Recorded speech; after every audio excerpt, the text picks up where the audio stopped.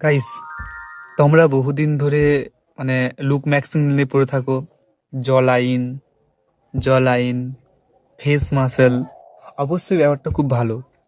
ব্যাপারটা হলো যে তোমার শরীরে যদি অনেক ফ্যাট থাকে তাহলে অবশ্যই জ লাইনটা ভিজিবল হবে না।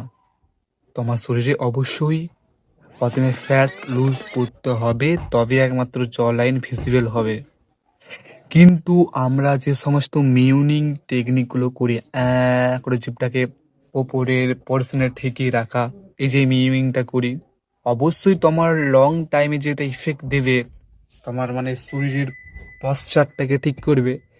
কিন্তু আমরা এই ফেস মাসেলে খুব হেভি ওয়ার্কআউট করি, মানে খুব প্রেসারি ক্রিয়েট করি, তাহলে কিন্তু আমাদের জলাইন তৈরি হবে না। তাতে আমাদের জলাইন বা ফেস মাসেলে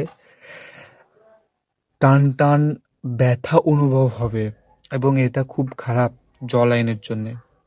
জলাইন যাদের নেই তাদের নেই, তারা শুধুমাত্র ফেসে ফ্যাট লুজ করো, শরীরে ফ্যাট লুজ করো, ফেস এমনি শেপে চলে আসবে। কিন্তু জোর করে জ লাইন আনানোর কোনো দরকার নেই।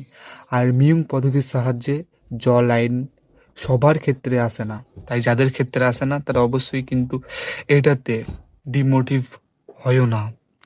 কারণ ফ্যাট লস করো, মাসেল গেন করো, বডি বানাও, তাতেই তোমাকে দেখতে সুন্দর লাগবে। তাতে জ লাইনের কোনো দরকার নেই।